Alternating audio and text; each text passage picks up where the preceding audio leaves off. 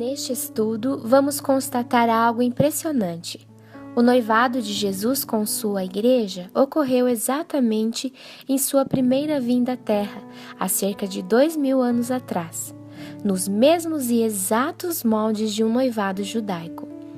O espaço de tempo entre a primeira vinda de Jesus e a sua segunda vinda, que começa com o arrebatamento, corresponde exatamente ao período em que os noivos ficam sem se ver, entre o noivado e o casamento judaicos. E, por fim, na segunda vinda de Jesus, que começa com o arrebatamento, ocorrerá o casamento entre o glorioso noivo judeu e sua noiva gentia igreja, nos exatos moldes de um casamento judaico. Desta forma, as Escrituras nos revelam claramente que o arrebatamento da noiva é um dos diversos eventos que compõem a sequência de eventos desde o noivado até o casamento entre o Senhor e sua amada, os quais transcorrem exatamente nos mesmos moldes de um noivado e um casamento judaicos.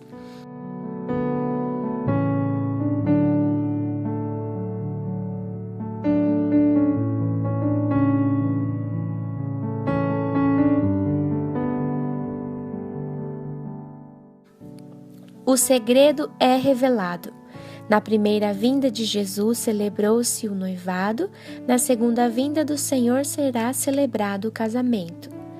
O noivado e o casamento do glorioso noivo judeu com sua amada noiva gentia ocorrem exatamente de acordo com o padrão do noivado e do casamento judaicos nos tempos bíblicos.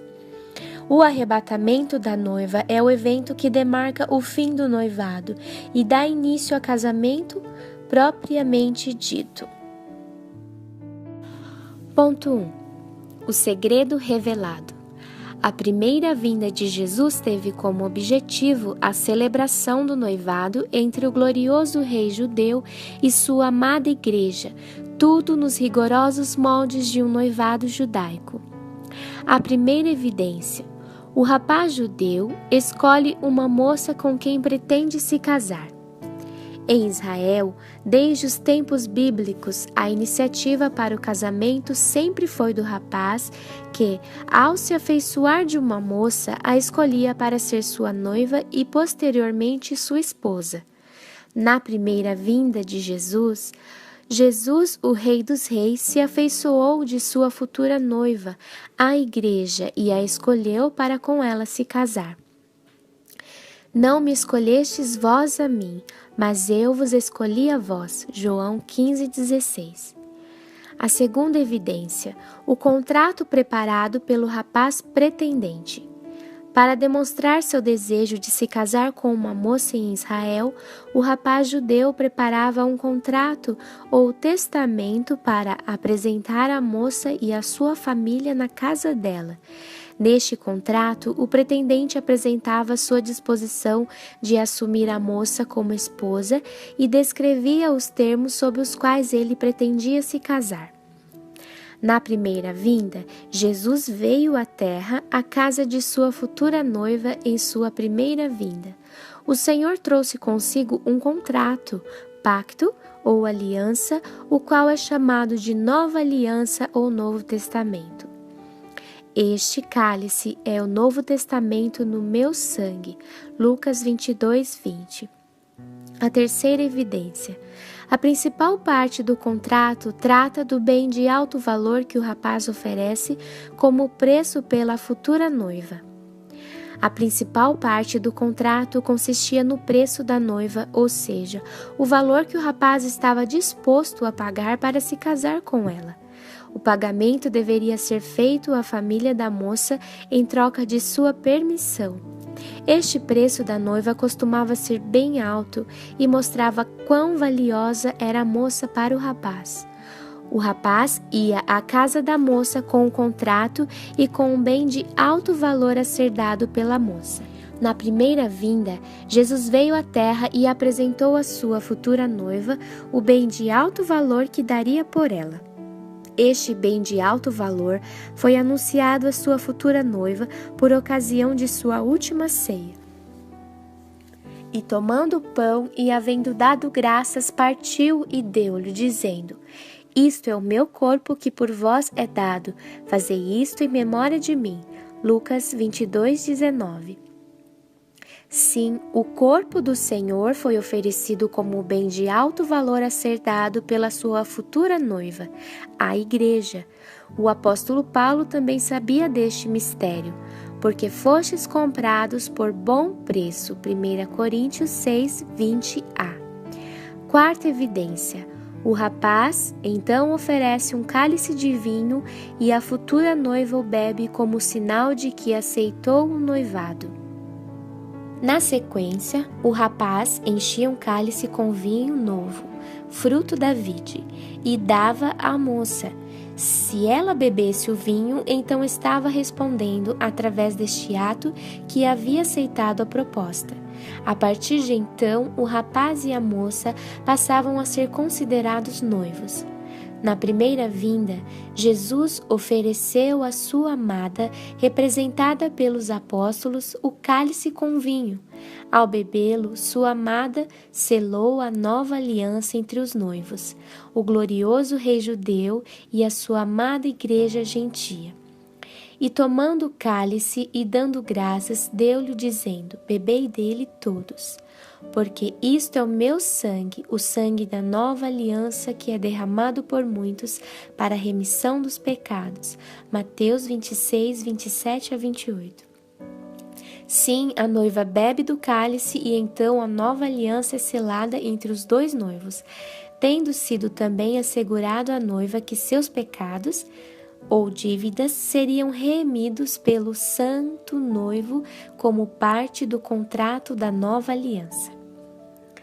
Agora, quinta evidência.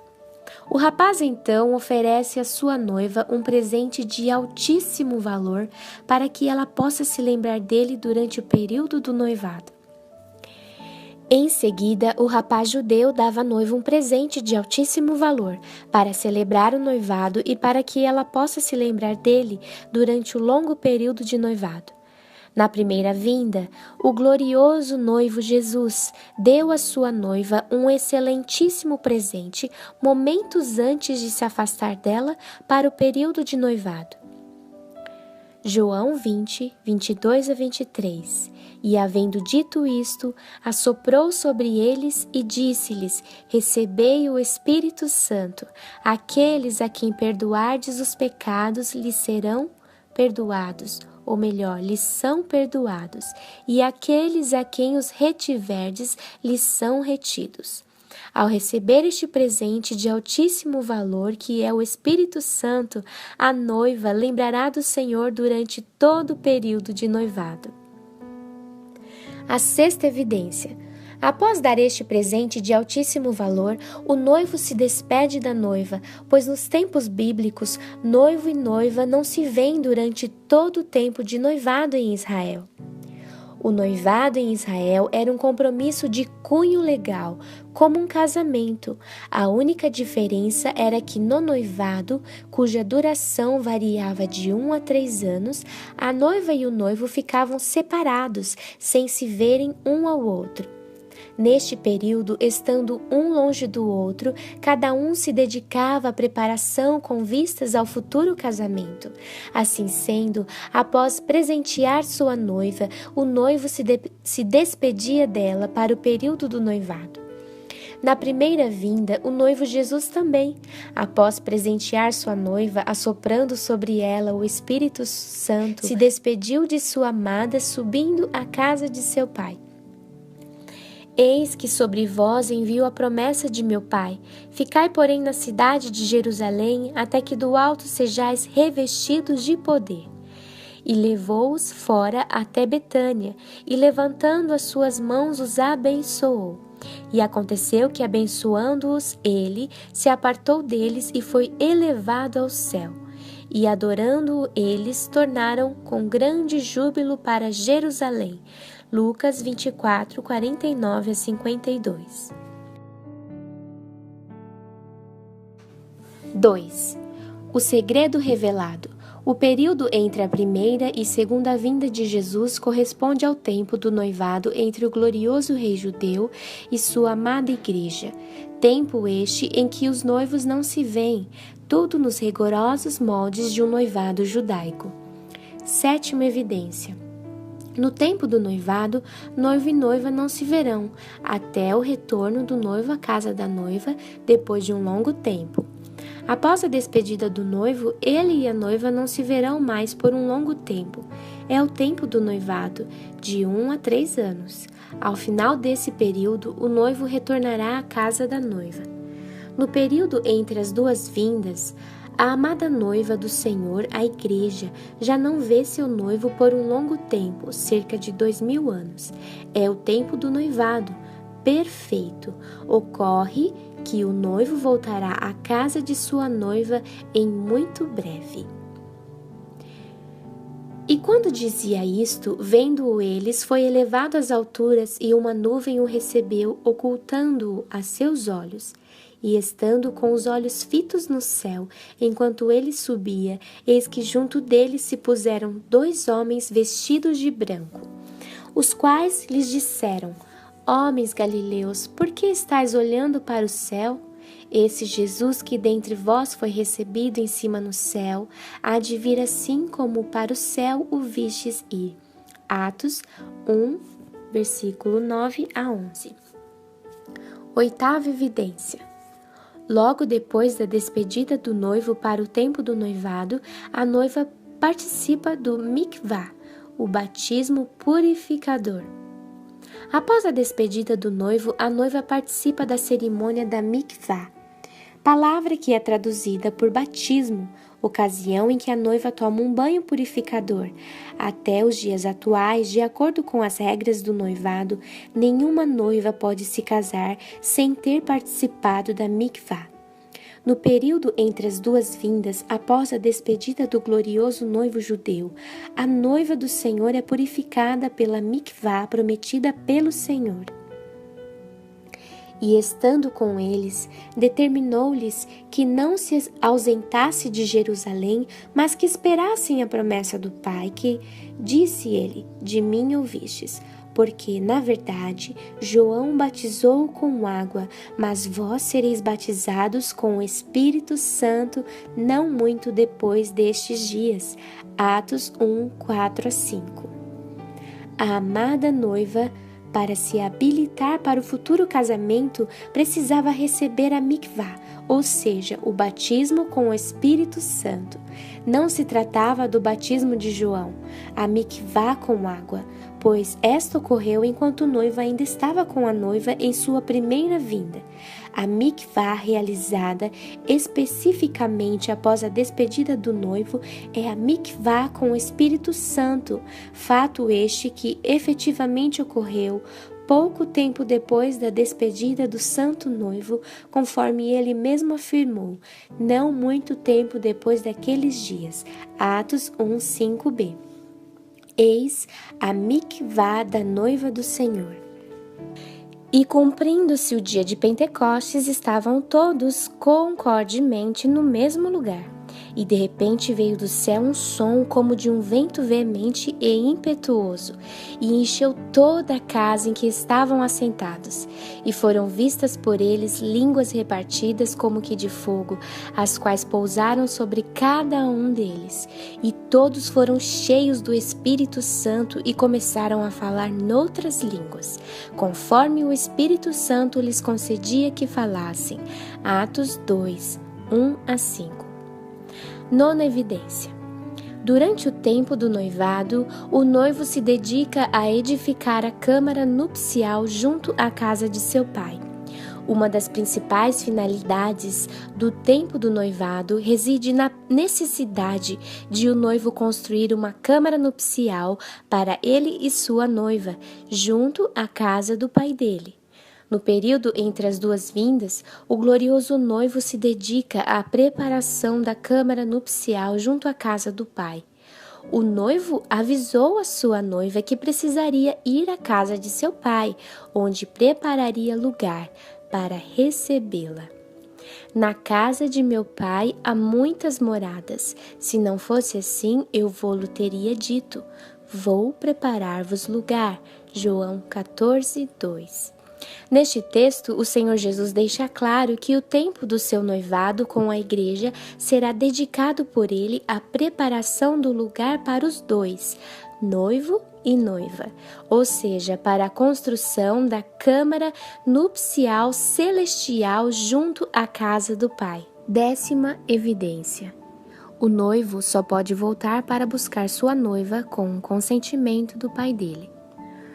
Ocorre que o noivo somente poderá voltar para buscar sua noiva e dar início ao casamento no momento em que o pai dele determinar.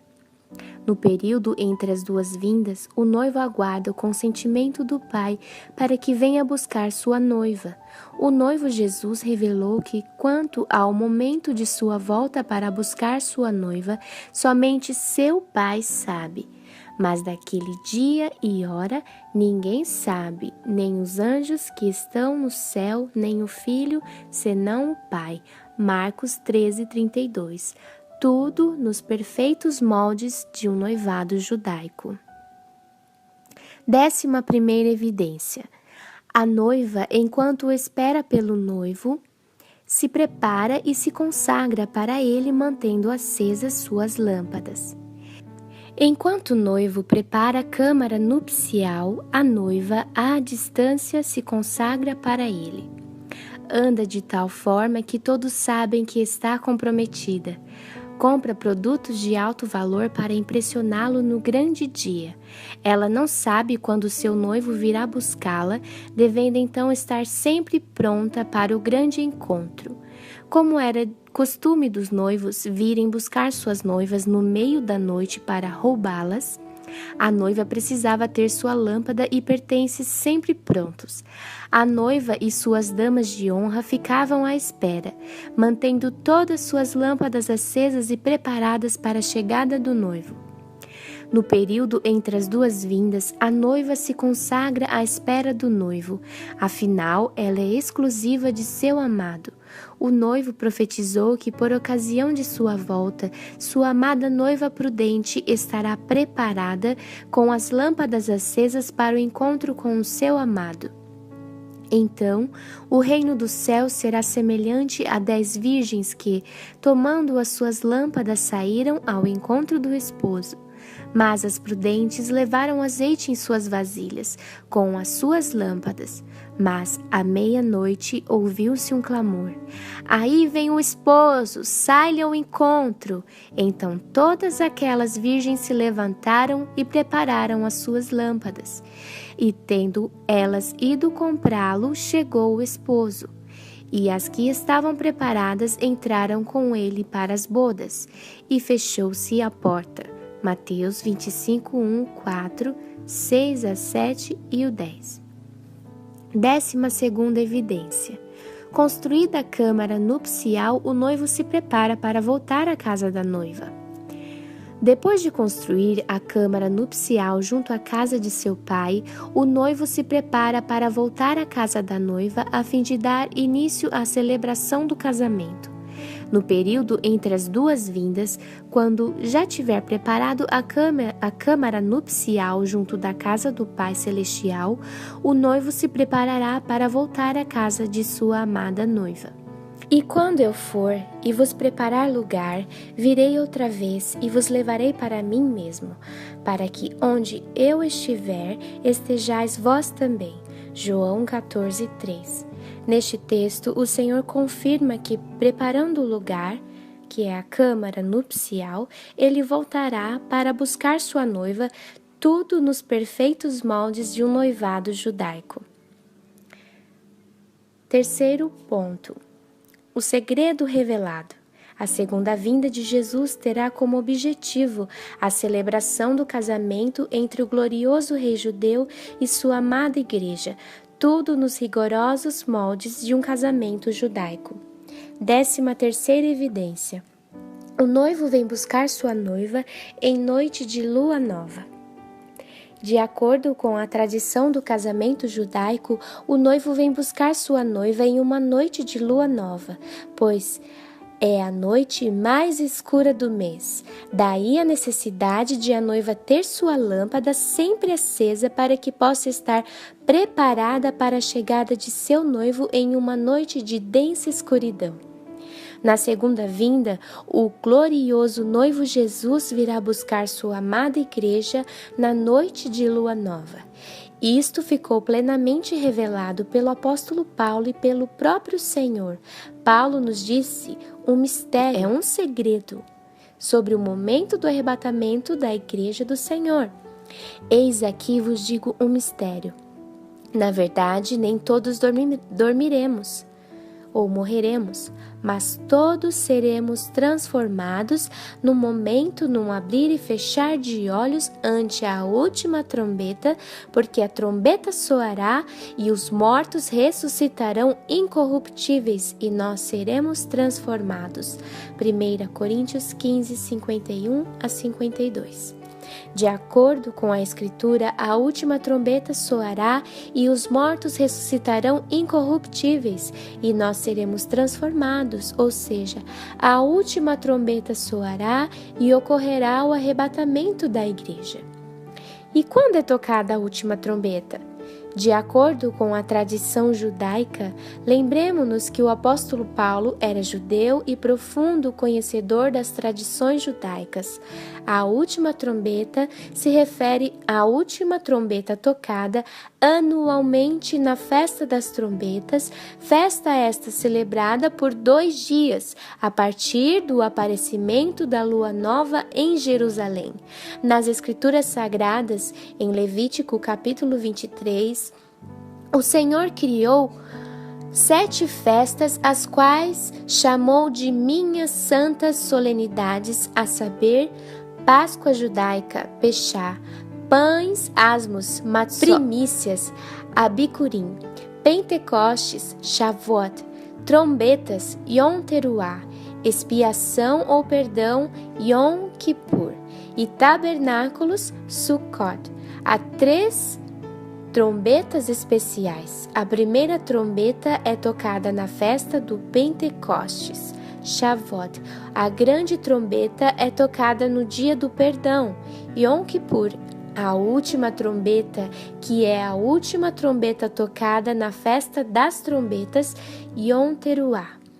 Este é o segredo revelado pelo apóstolo Paulo, inspirado pelo Espírito Santo. A última trombeta tocada por um rabino ao final de uma festa das trombetas em Jerusalém moverá a mão do Santo dos Santos, o qual virá buscar sua amada noiva, a igreja, arrebatando-a nos ares. Logo, o casamento entre o rei judeu Jesus Cristo, Yeshua HaMashiach em hebraico, e a igreja se dará exatamente de acordo com o padrão de um casamento judaico. Segundo o costume judaico, o noivo vem buscar sua noiva por ocasião da lua nova. Ora, sendo a festa das trombetas a única das 7 festas do Senhor celebrada em uma lua nova, ao seguir o padrão judaico, o noivo virá buscar sua noiva, confirmando a profecia de 1 Coríntios 15, 51 a 52. Por ocasião da única de suas festas celebrada na lua nova, a festa das trombetas, ao toque da última trombeta. A Escritura Sagrada não revela, entretanto, o ano em que ocorrerá a festa das trombetas, em que se dará o arrebatamento da noiva do Senhor. Jesus Cristo confirmou que esta informação somente o Pai sabe. A expressão idiomática hebraica daquele dia e hora, ninguém sabe, utilizada por Jesus e pelos judeus do primeiro século, se referia à festa das trombetas. Uma vez que, por ser a única festa celebrada na lua nova, lhe eram reservados 2 dias. Tendo em vista que ficava muito difícil se identificar em qual dia efetivamente aparecia a lua nova em Jerusalém. Por esta razão, era comum os judeus crentes do primeiro século se referirem à festa das trombetas como a festa daquele dia e hora ninguém sabe, só o Pai. Assim, uma melhor exegese do texto sagrado de Mateus 24:36. Mas daquele dia e hora ninguém sabe, nem os anjos do céu, mas unicamente meu Pai. Pode ser assim entendida. Daquela festa das trombetas, nem os anjos do céu, mas unicamente meu Pai sabe. 14ª evidência. O noivo judeu ergue Nissuim em hebraico, sua noiva no ar e a arrebata, Lakash em hebraico. Na sequência da volta do noivo judeu, este, ao encontrar sua noiva, a ergue no ar e a arrebata para si. Na segunda vinda, o glorioso noivo Jesus virá buscar sua amada noiva, a igreja, a erguerá nos ares e a arrebatará para si. Porque o mesmo Senhor descerá do céu com alarido e com voz de arcanjo e com a trombeta de Deus, e os que morreram em Cristo ressuscitarão primeiro. Depois nós, os que ficarmos vivos, seremos arrebatados juntamente com eles nas nuvens a encontrar o Senhor nos ares, e assim estaremos sempre com o Senhor. 1 Tessalonicenses 4:16-17. Tudo minuciosamente perfeito. 15ª evidência. O noivo, ao vir buscar sua noiva, não participará sozinho deste momento, pois um grande e fiel amigo dos noivos estará também presente ao encontro de ambos. O noivo judeu, ao encontrar sua noiva, não a encontra sozinha, pois juntamente com os noivos, de acordo com a tradição do casamento judaico, participa como testemunha das bodas um grande e fiel amigo dos noivos. Na segunda vinda, o santo noivo judeu, ao encontrar sua amada noiva nos ares, terá a companhia deste fiel e grande amigo de ambos os noivos, o Espírito Santo. E é este amigo dos noivos, o Espírito Santo, que está a interceder junto ao glorioso noivo pela sua noiva gentia, a qual anseia pela sua vinda. E o Espírito Santo e a esposa dizem, vem. Apocalipse 22:17. Sem dúvida, o Espírito Santo é o grande amigo de ambos os noivos.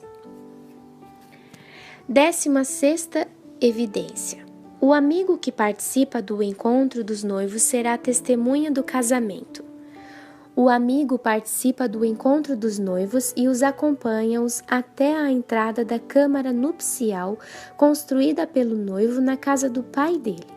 Após os noivos entrarem na câmara, o amigo fica do lado de fora da câmara até ser avisado pelo noivo que o casamento se consumou dentro da câmara nupcial.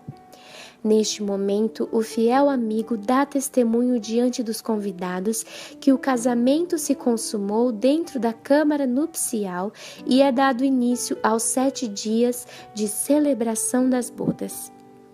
Na segunda vinda, o Espírito Santo é o fiel amigo que testemunhará o casamento de Jesus, o Messias, com sua igreja. No texto sagrado em que a esposa do Senhor é apresentada para as bodas do Cordeiro, Apocalipse 19:7-10, é claramente dito que o testemunho de Jesus é o espírito de profecia, ou seja, uma das manifestações do Espírito Santo. O espírito de profecia dá testemunho de Jesus nas bodas do glorioso noivo judeu com sua amada noiva, nos mesmos exatos moldes de um casamento judaico. Confira. Regozijemo-nos e alegremo-nos e demo-lhes glória, porque vindas são as bodas do Cordeiro e já a sua esposa se aprontou. E foi-lhe dado que se vestisse de linho fino, puro e resplandecente, porque o linho fino são as justiças dos santos. E disse-me, escreve, bem-aventurados aqueles que são chamados à ceia das bodas do Cordeiro. e disse-me: Estas são as verdadeiras palavras de Deus. E eu lancei-me a seus pés para o adorar, mas ele disse-me: Olha, não faças tal, sou teu conservo e de teus irmãos, que têm o testemunho de Jesus. Adora a Deus, porque o testemunho de Jesus é o espírito de profecia. Apocalipse 19, 7-10. É realmente um casamento celebrado nos exatos moldes de um casamento judaico, inclusive com o testemunho do fiel e grande amigo, o Espírito Santo. 17ª evidência. Os noivos entram na câmara nupcial e lá permanecem com a porta fechada. Os noivos entram na câmara nupcial e a porta da câmara se fecha, isolando os noivos da celebração realizada pelos convidados.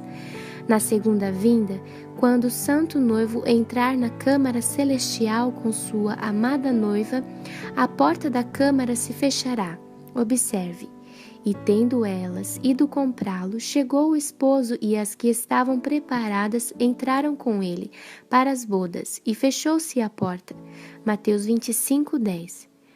Cada detalhe, cada aspecto, cada ponto é tal qual um casamento judaico. 18ª evidência.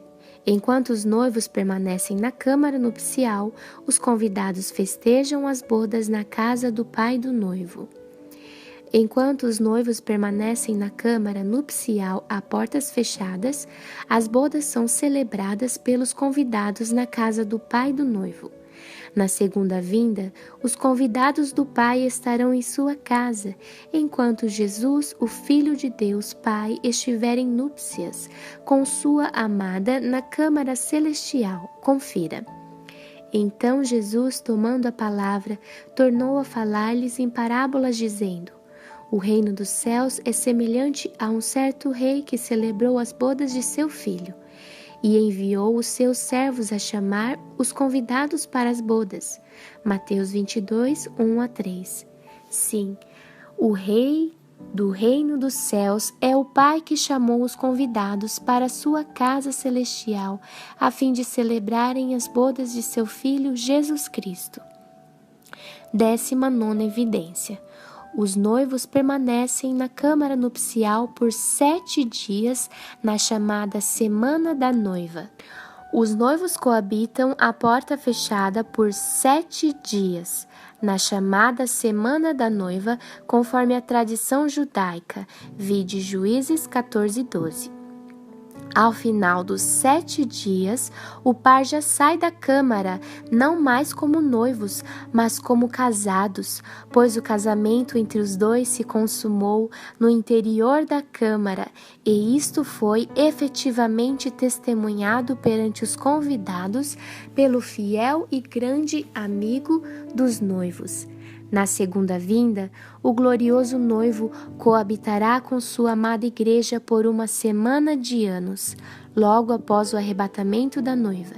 No céu, transcorrerá 1 semana de anos de regozijo entre os noivos, e na terra haverá 1 semana de anos de grande tribulação para seus habitantes. Os 2 acontecimentos começarão ao mesmo tempo. O arrebatamento da noiva dará início tanto às bodas do Cordeiro como à grande tribulação, concomitante com o concerto firmado de Daniel 9:27. Assim, racionalmente se entende que o arrebatamento ocorre, sem dúvida, antes da grande tribulação. Ambos os acontecimentos, bodas do Cordeiro e grande tribulação, têm a mesma duração de 7 anos, 1 semana de anos. E ambos os acontecimentos terminam ao mesmo tempo, tal como retrata o capítulo 19 do Apocalipse. Os 3 primeiros versículos abaixo tratam da celebração por uma grande multidão nos céus pela queda da Babilônia, ou seja, da destruição do império anticristão político-religioso. Ao final da grande tribulação, os 4 últimos versículos tratam da celebração por esta mesma multidão, ao final dos 7 anos das bodas do Cordeiro, pelo surgimento do glorioso Rei, agora esposo e de sua esposa, ao saírem da câmara celestial com o devido destaque para a esposa e a beleza de seu vestido, nos versículos 7 e 8, pois ao sair da câmara é digna de toda a honradez e admiração. Assim sendo, as bodas do Cordeiro e a grande tribulação se iniciam e se encerram simultaneamente. Ambos os acontecimentos, bodas do Cordeiro e grande tribulação, ocorrem logo depois do arrebatamento da noiva. Ambos duram 1 semana de anos, sendo os desfechos de ambos os acontecimentos celebrados por uma grande multidão nos céus. Confira a exatidão e perfeição da palavra de Deus. E depois destas coisas ouvi no céu uma grande voz de uma grande multidão que dizia: Aleluia! A salvação e a glória e a honra e o poder pertencem ao Senhor nosso Deus, porque verdadeiros e justos são os seus juízos, pois julgou a grande prostituta que havia corrompido a terra com a sua fornicação, e das mãos dela vingou o sangue dos seus servos. E outra vez disseram: Aleluia! E a fumaça dela sobe para todo sempre. E ouvi como que a voz de uma grande multidão, e como que a voz de muitas águas, e como que a voz de grandes trovões que dizia: Aleluia, pois já o Senhor Deus Todo-Poderoso reina. Regozijemo-nos e alegremo-nos e demo-lhes glória, porque vindas são as bodas do Cordeiro, e já a sua esposa se aprontou. E foi-lhe dado que se vestisse de linho fino, puro e resplandecente, porque o linho fino são as justiças dos santos. E disse-me: Escreve: Bem-aventurados aqueles que são chamados à ceia das bodas do Cordeiro. E disse-me: Estas são as verdadeiras palavras de Deus. Apocalipse 19, 1-3 e 6-9. 20ª evidência. Ao final da semana da noiva, esposo e esposa saem da câmara nupcial, e então é servida a ceia das bodas. Terminada a chamada semana da noiva, esposo e esposa saem da câmara nupcial, e então é servida a ceia das bodas. Nesta ocasião, a esposa recebe grande destaque entre os convidados. A ceia das bodas, que ocorre ao final da semana da noiva, é o ponto máximo da celebração. Na segunda vinda, ao final dos 7 anos de bodas do Cordeiro, quando o esposo judeu e sua esposa gentia saírem da câmara celestial, também será servida a ceia das bodas do Cordeiro. A esposa do Cordeiro ganhará destaque todo especial entre os convidados, pois se apresentará com vestes resplandecentes de linho fino e puro. Regozijemo-nos e alegremo-nos e demo-lhes glória, porque vindas são as bodas do Cordeiro, e já a sua esposa se aprontou. E foi-lhe dado que se vestisse de linho fino, puro e resplandecente, porque o linho fino são as justiças dos santos. E disse-me: Escreve: Bem-aventurados aqueles que são chamados à ceia das bodas do Cordeiro. E disse-me: Estas são as verdadeiras palavras de Deus. Apocalipse 19, 1-3, 6-9. 21ª evidência. O casamento qualifica a esposa como mulher digna de toda admiração. Seu esposo está muito feliz e a honra muitíssimo. O casamento revela sua condição de mulher honrada e digna de todo respeito e admiração. Ela sai da câmara nupcial com vestes resplandecentes. Seu esposo está muito feliz e não esconde sua admiração por ela. O esposo dá a devida honra à sua esposa perante todos os convidados durante a ceia das bodas e depois perante toda a vida a dois. Na segunda vinda, o esposo judeu, na ceia das bodas do Cordeiro, honra muitíssimo sua esposa. Confira. Bem-aventurados aqueles servos, os quais, quando o Senhor vier, achar vigiando. Em verdade vos digo que se cingirá e os fará assentar à mesa, e chegando-se os servirá. Lucas 12:37.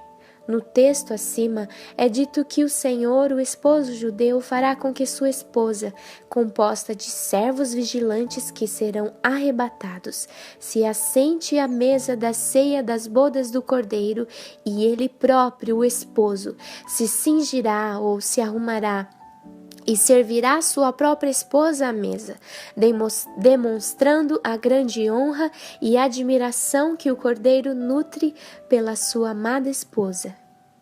Honrar o cônjuge é um ato contínuo por toda a vida. A esposa gentia sabe que o seu esposo judeu é o seu Senhor.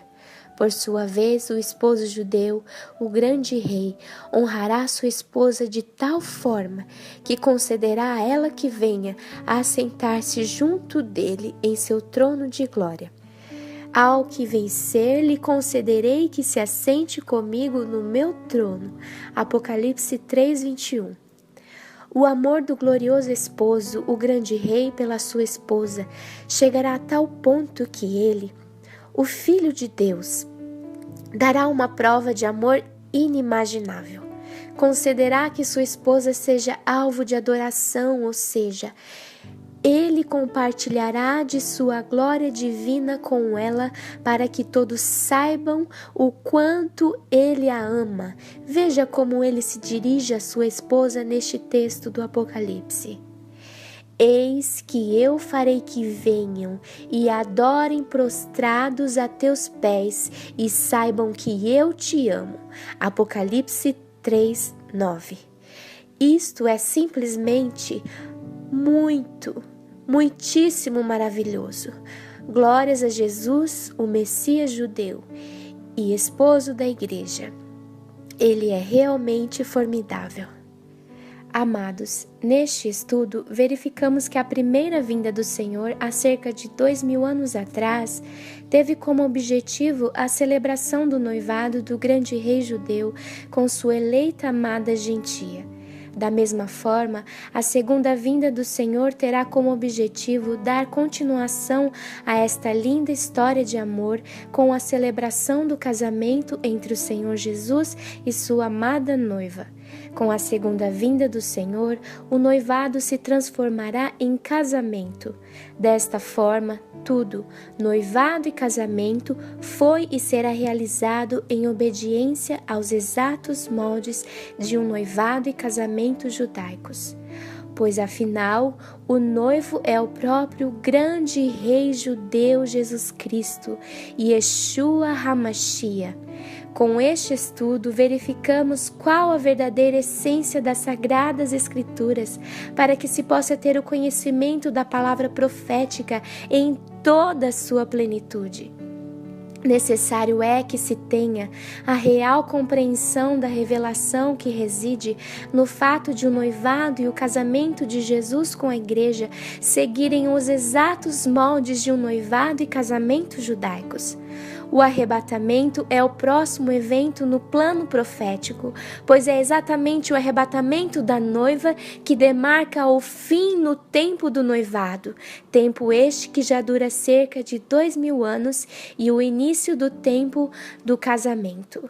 Assim, racionalmente se entende que o arrebatamento ocorre sem dúvida antes da grande tribulação. Tudo perfeitamente de acordo com as Escrituras, nos moldes de um casamento judaico. E quando se dará o arrebatamento? Não sabemos a data exata, somente o Pai sabe, mas algumas revelações já nos foram dadas pelas Santas Escrituras. Será numa lua nova, exatamente como em um casamento judaico, e além disso ocorrerá o soar da última trombeta da festa das trombetas, exatamente como o apóstolo Paulo nos revelou este mistério. A última trombeta soará e ocorrerá o arrebatamento, e os mortos ressuscitarão incorruptíveis, e nós seremos transformados. 1 Coríntios 15:52. Vale frisar que a revelação escrita por Paulo combina perfeitamente com o fato de, no padrão do casamento judaico, o noivo arrebatar sua noiva em noite de lua nova, uma vez que a festa das trombetas, na qual é soada a última trombeta, é a única das festas do Senhor que é celebrada na lua nova. Amados, nós que somos parte da noiva sabemos que a noiva deve possuir as lâmpadas acesas para a chegada do noivo e que, além disso, o aguarda ansiosamente. Além disso, tanto a noiva como o noivo são amigos do Espírito Santo, o qual será testemunha das bodas do Cordeiro. Apesar da noiva e do noivo não se verem há cerca de 2000 anos, ambos têm sido consolados neste tempo do noivado pelo Espírito Santo, este amigo dos noivos que intercede junto ao noivo sobre os pedidos de sua noiva e que procura informar a noiva sobre os movimentos do noivo em relação ao grande dia que se aproxima. Lembramo-nos que o noivo, enquanto estava com sua noiva em sua primeira vinda, falava diretamente com ela. No entanto, no tempo do noivado, que começou quando o noivo subiu aos céus, o noivo passou a falar com sua noiva através do Espírito Santo, amigos dos dois. O noivo escreve cartas para sua noiva, como as 7 cartas contidas nos capítulos 2 e 3 do Apocalipse, e ao final de cada carta tem o cuidado de recomendar à sua noiva que ouça o que o Espírito Santo diz às igrejas. E eu vou deixar aqui os versículos para você.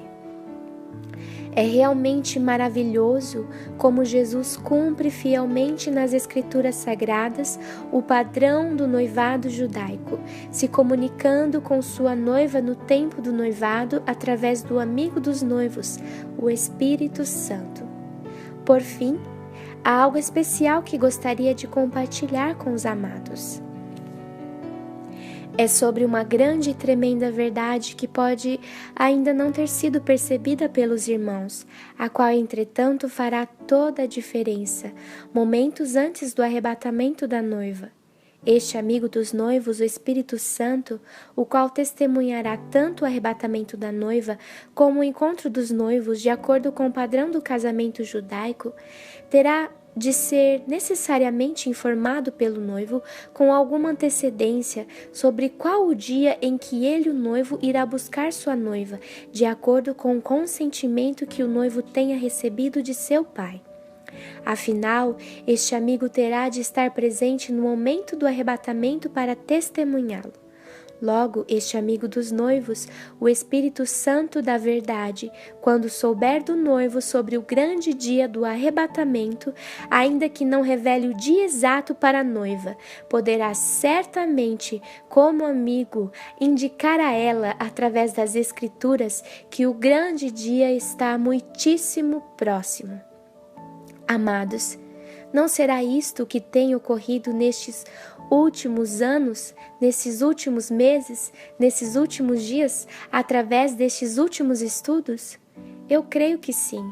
Afinal, o nosso amigo, o Espírito Santo, através das Escrituras, está a nos revelar tremendos segredos bíblicos, todos eles apontando para a iminente volta do noivo. Verdade é que, quando tratamos deste assunto, muito nos alegramos, pois sentimos que a noiva da qual fazemos parte está prestes a subir. Queridos, mantenhamos nossas lâmpadas sempre acesas, pois ele virá na lua nova ao soar a última trombeta de uma festa das trombetas. Que Deus os abençoe. Amém.